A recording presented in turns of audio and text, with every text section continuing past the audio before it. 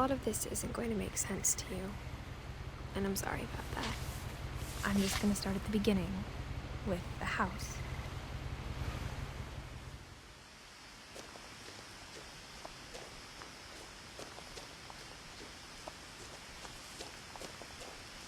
I lived here until I was 11, but I wasn't allowed inside half the rooms.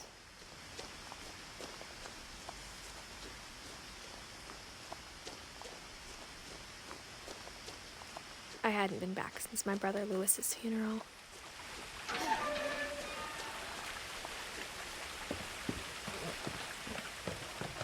In her will, my mother left me a key, but didn't tell me what it unlocked. Maybe she thought I'd know. Or she thought that the mystery would be enough to bring me back.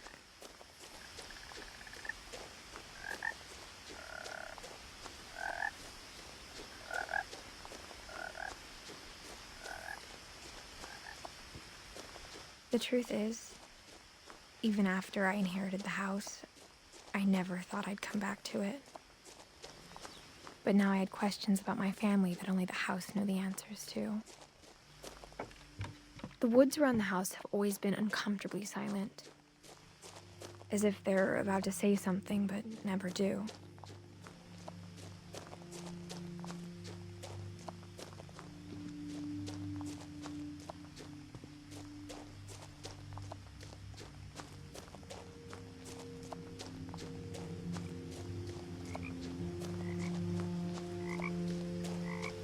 The house was exactly like I remembered it, the way I'd been dreaming about it.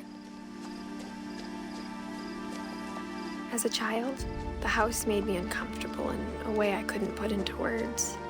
Now, as a 17-year-old, I knew exactly what those words were. I was afraid of the house.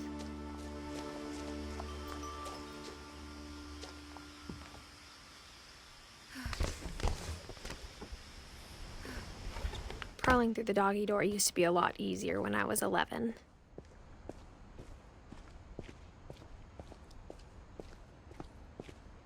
For the first time in years, I felt like I was home. Nothing in the house looked abnormal. There was just too much of it, like a smile with too many teeth. After Milton disappeared, Mom sealed up all the bedrooms. Then Edie retaliated and drilled peepholes. I spent a lot of time playing in Great Uncle Walter's room. Lewis told me there were secret passages, but I never believed him.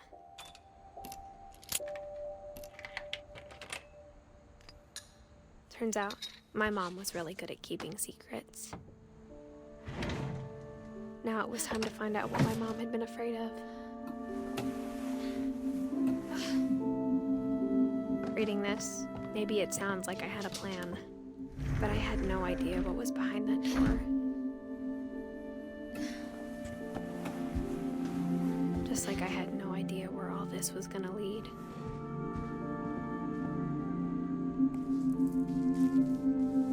December 13th, 1947. Dear Diary, I'll be gone soon, but I wanted to tell somebody about what's gonna happen. It started when Mom sent me to bed without dinner. I woke up and I was starving, so I looked around for something to eat. My Halloween candy was all gone. The gerbil food was dry, but I didn't mind it.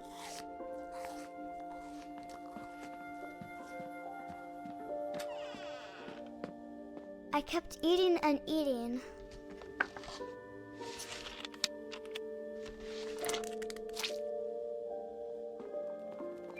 Then I heard chirping outside my window. It was a barn swallow going back to her nest. I reached out for her. And suddenly, I was a cat. I tried to be quiet, but the bird was really scared.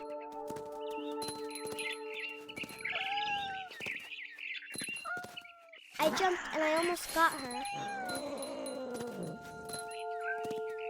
Now I was up in the big tree. I gobbled her up.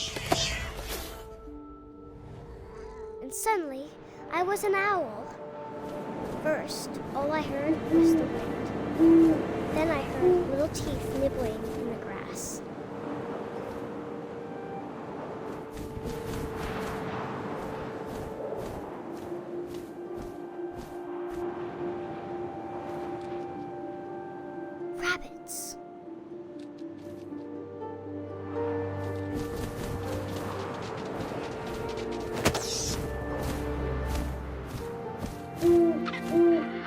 imagined his face looking up and seeing mine through my talons. I swallowed him up, and I didn't chew one bit. Then I flew off to find something bigger.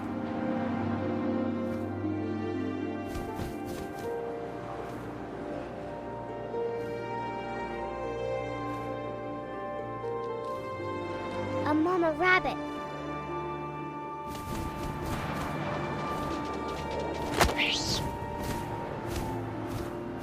She was almost too big to carry. I started choking, but I couldn't stop eating. And suddenly, I was a shark.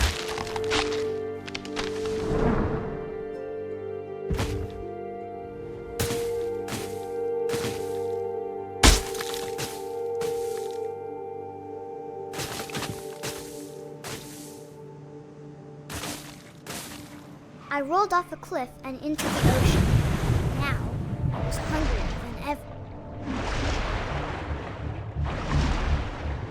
I wanted fat, juicy seals.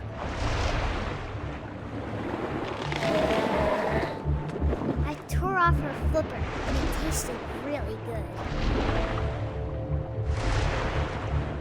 I grabbed on tight, but I was so hungry. Jumped out of the water. When I opened my eyes, everything had changed. Now I was a monster. I smelled blood.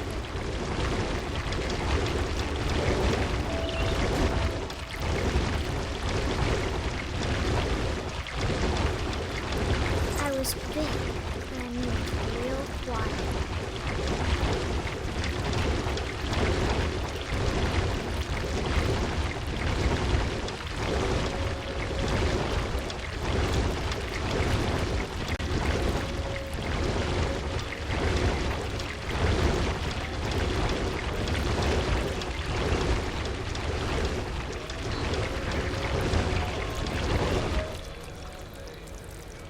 After the last passenger, I was still hungry. And across the water, I smelled something new. Something I had to have, so I swam towards it. I slithered onto the sand, and the good smell went into an old pipe.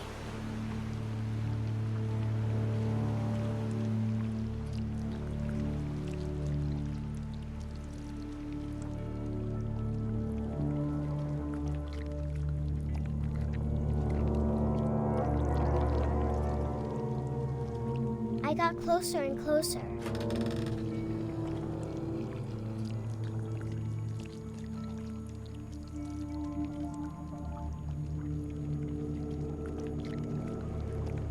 All of my stomach started growling. And suddenly, I was me again. I held my breath for a long time, but I couldn't hear anything. I think it's waiting for me to fall asleep. But it's not going to wait much longer. It needs to feed, and we both know I will be delicious.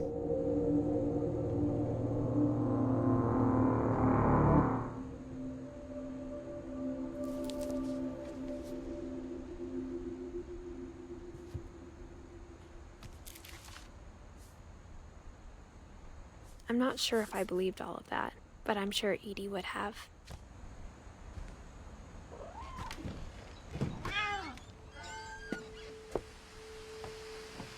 This will be obvious later, but my mom never told me any of these stories. Edie would have, but Mom didn't like bringing up the past. Though, when we adopted a stray kitten, she was the one who named it Molly. I spent a lot of time in Great-Grandma Edie's room. Even in her 90s. Sometimes Edie seemed a lot younger than my mother. The only trace Grandpa Sam's first wife, Kay, left on the house was the pink bathroom.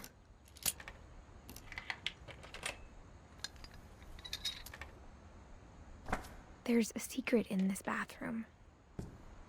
It's in the last place you would look. It isn't in the cupboard. It's hidden in this book.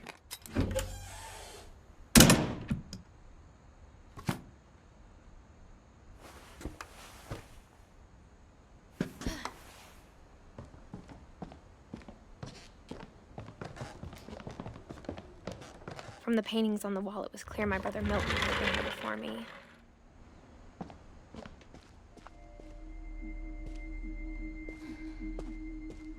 I knew Grandpa Sam had a twin, and that he never talked about him.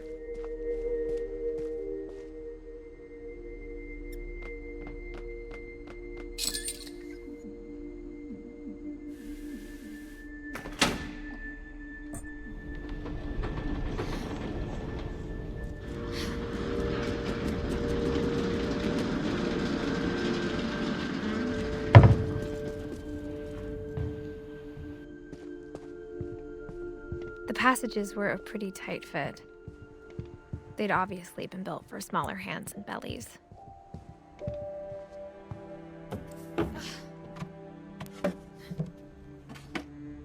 Growing up, I always thought of Barbara as a child star. Of all the stories people wrote about Barbara's death, I'm surprised Edie saved this one.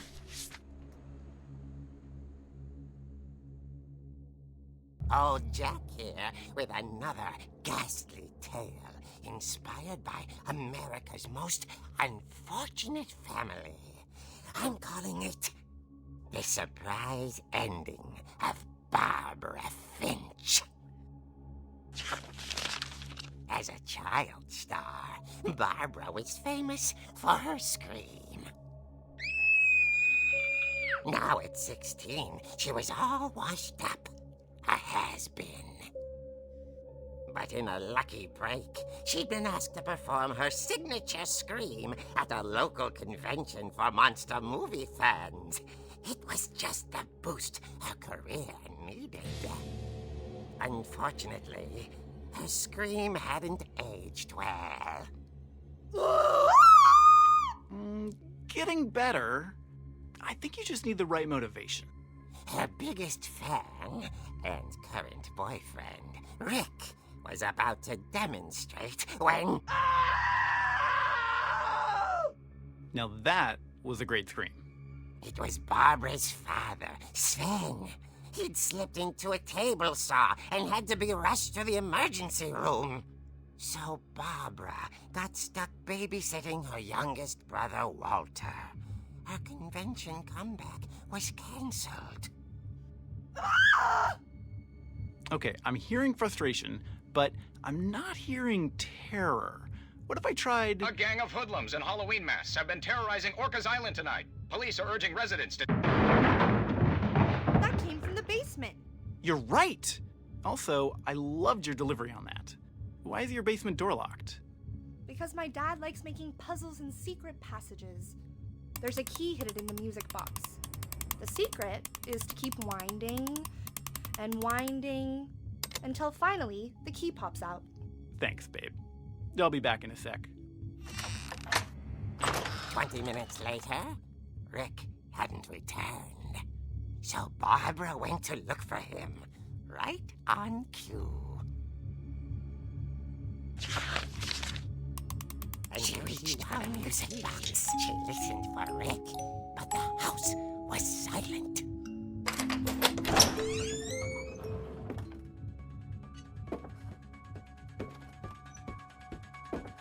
She found Rick's crutch and imagined the worst.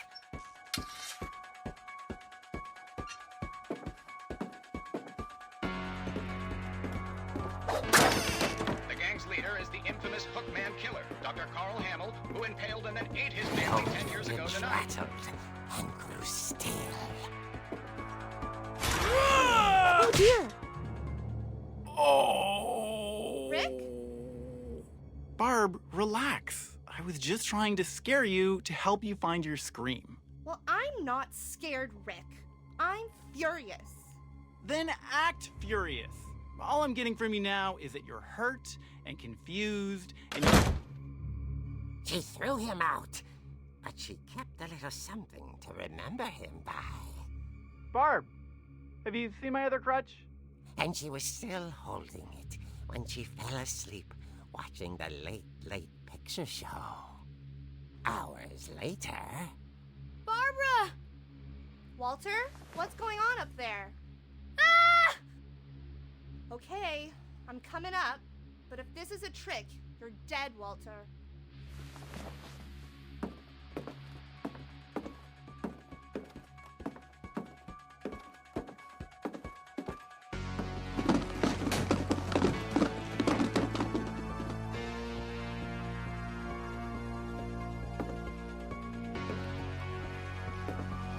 Walter, are you there? Walter had vanished, but his bedside radio was still on. Orcas Island police describe the man as 6 feet tall, with a steel hook for a hand. Residents are urged to lock all doors and windows and notify the police of any suspicious activity. Barbara turned, saw the hook man, and was speechless. He was quite smashing. And funny he was. He could act right. She played her part beautifully.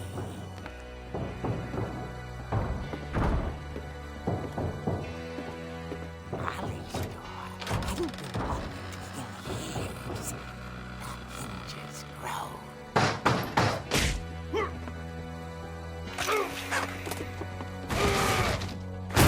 He wasn't moving, but she sensed the story might not be over yet.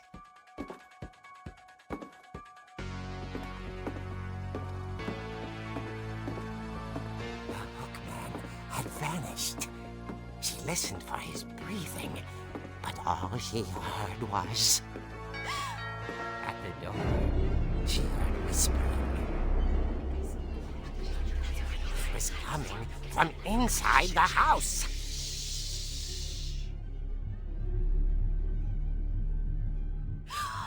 Oh dear. The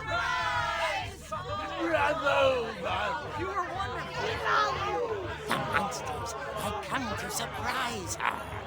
For Barbara, it was a dream come true. Then she saw what kind of monsters they were, and she realized what was about to happen. She was going to be famous. And with her final breath, Barbara Finch gave the performance of her life.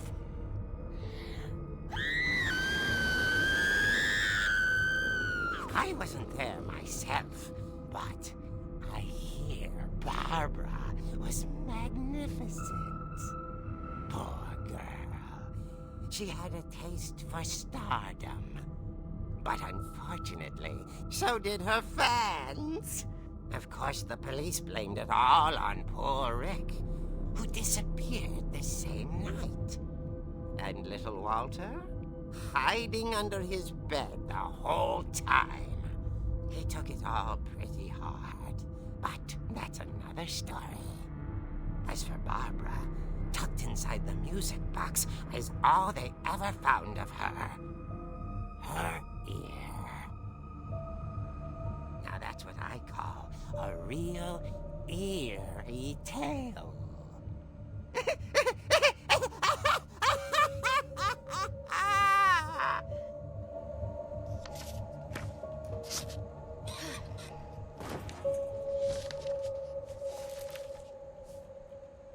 Edie told me all Barbara wanted was to be remembered, as absurd as that comic was.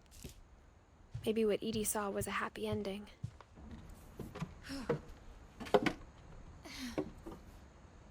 I guess now I know why Mom didn't like me playing with the music box.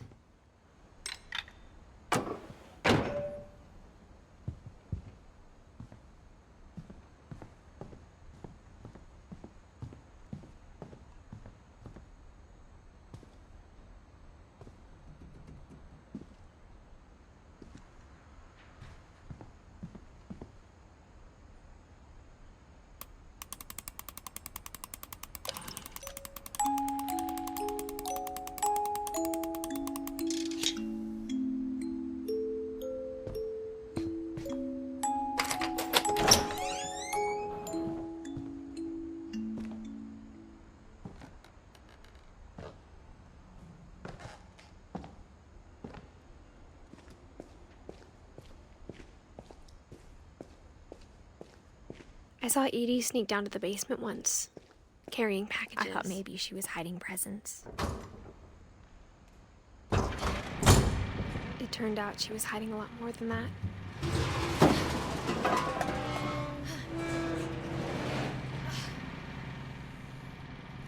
I remember asking Mom once about where Walter had gone. She said after Barbara died, he got as far away as he could. If there's a pattern in all these stories, I think it's that none of us has gotten very far.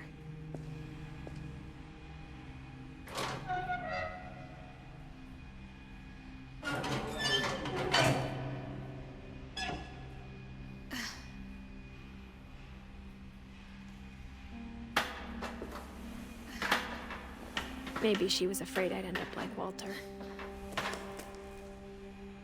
But if she never told me about an uncle under the house, I can only imagine what else she was hiding. I don't want to make the same mistakes she made, trying to bury something that's still alive. Now that there's only one of us left, or maybe two, I thought it was time I heard the stories for myself and found out what happened to everyone else. But now I'm worried the stories themselves might be the problem. Maybe we believed so much in a family curse, we made it real.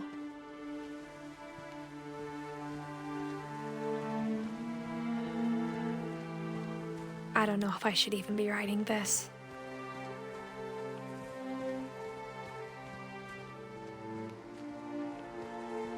Maybe it'd be better if all this just died with me.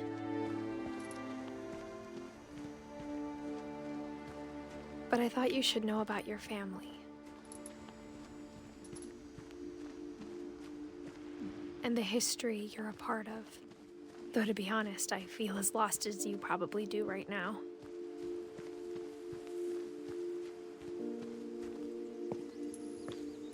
I think the people in these stories believed them, for what that's worth.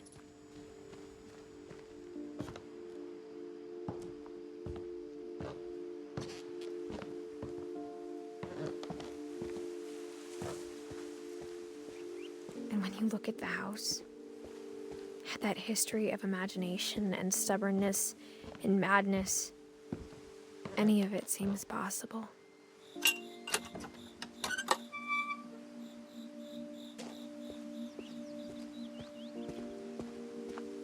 I think we've been surrounded by death for so long, we've just gotten used to it. What kind of family finishes building a cemetery before starting the house?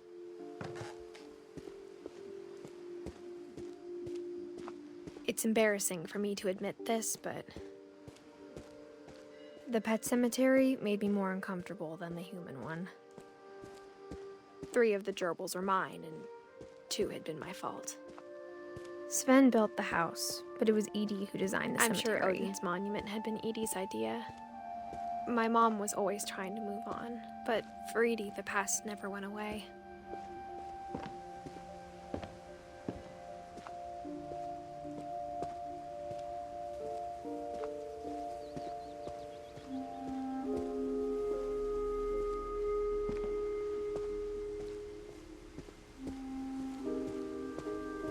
There's so many things I wish I could ask my mom now.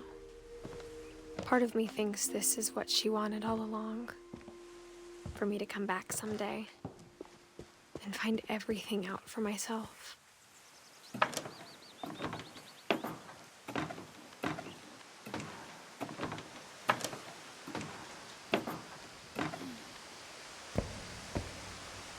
But looking back on it now, if she told me there was going to be so much climbing, I never would have come when I was 22 weeks pregnant.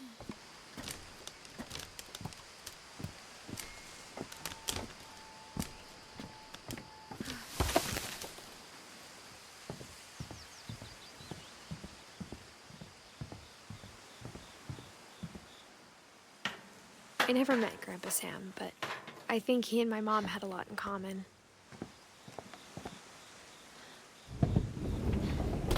They were both pretty intense.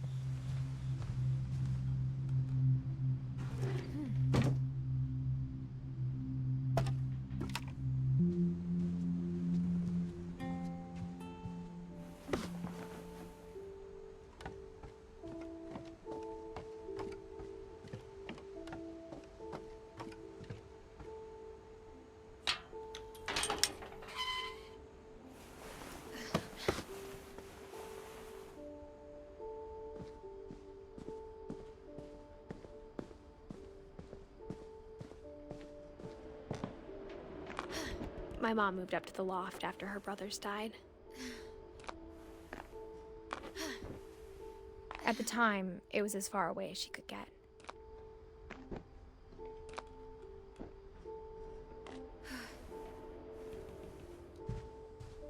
I can't imagine what it was like for her to My mom lose moved to India a week after graduation and got a job teaching English. Louis was born a year later. When my dad died, I don't think Mom knew where else to go. I'm sure Edie was happy to have her back. The house had to get a little bigger, but Edie was used to that. And for a while, things were good. Almost normal, but it didn't last.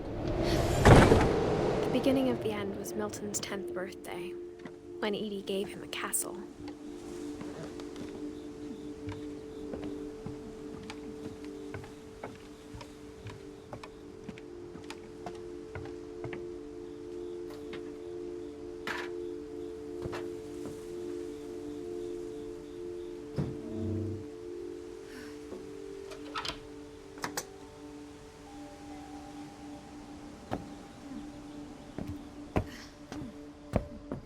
Louis's room smelled very, very familiar. That part of him lived on.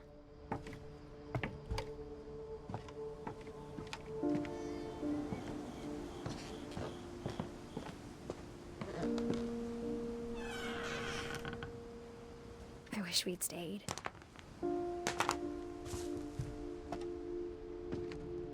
What happened that night had been coming for a long time. Maybe it should have come sooner.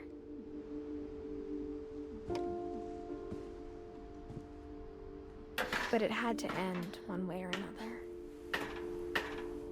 All that's left now is to tell you about that last night.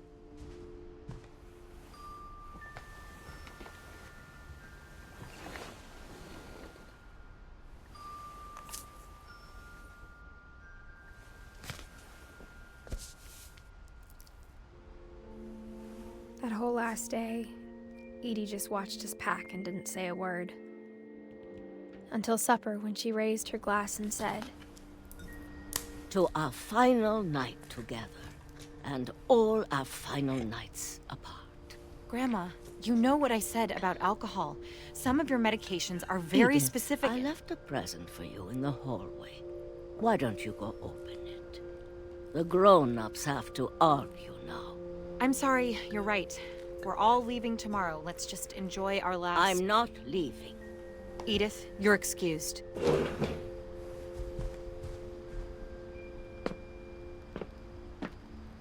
The power had been shut off that morning, but Edie always had plenty of candles. When my mom sealed the library, I don't think she knew about the other entrance, or that Edie had a key to it.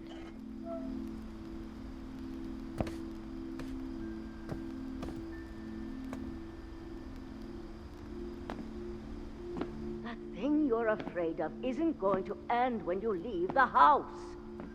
Edith has a right to know these stories. My children are dead because of your stories. I think it's best if Edith and I leave tonight. We'll have the nursing home send a van for you in the morning. Okay? Dear Edith, there's so many stories I wish I could tell you, but there's only time for one. This is about what happened on the night you were born. That night, the tide went way, it was the first and last time I ever saw the old house aground. There'd been an earthquake out in the middle of the ocean. They called it the lowest tide in 1,000 years. God, it smelled awful. You know, I've seen that house every day of my life. But I never thought I'd go back to it. When the fog rolled in, I lost my way.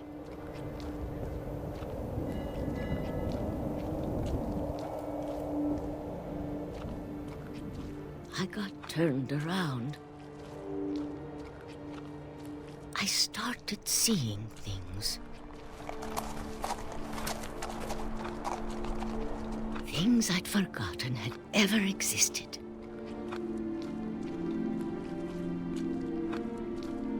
But when I saw them, they felt like old friends. That night, a lot of things came back to me. Or maybe I came back to them.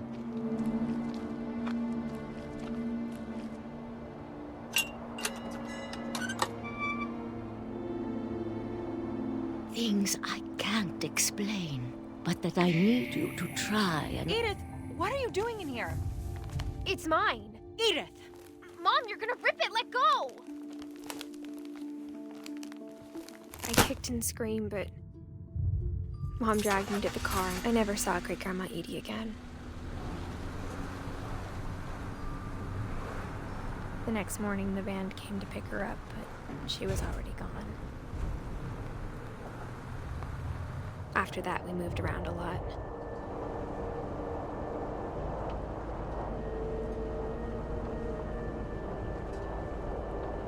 We both tried to make the best of it.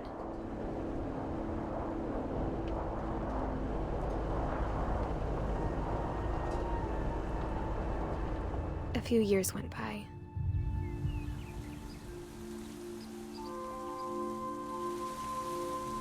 My mom didn't like to talk about it. But she started getting sick a lot. The rest happened pretty quickly. She got better for a while, and then she didn't. And then I was alone.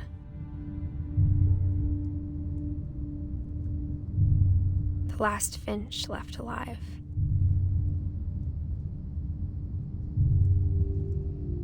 Until I found out about you. I'm still not sure what to tell you about all this. If we lived forever, maybe we'd have time to understand things. But as it is, I think the best we can do is try to open our eyes.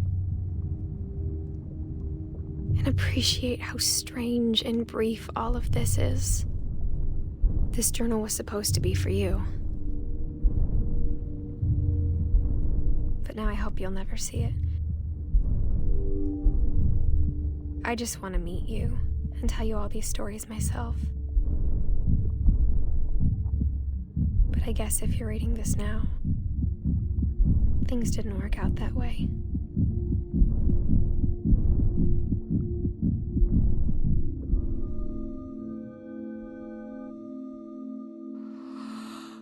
This is where your story begins. I'm sorry I won't be there to see it. It's a lot to ask, but I don't want you to be sad that I'm gone. I want you to be amazed that any of us ever had a chance to be here at all. Good luck.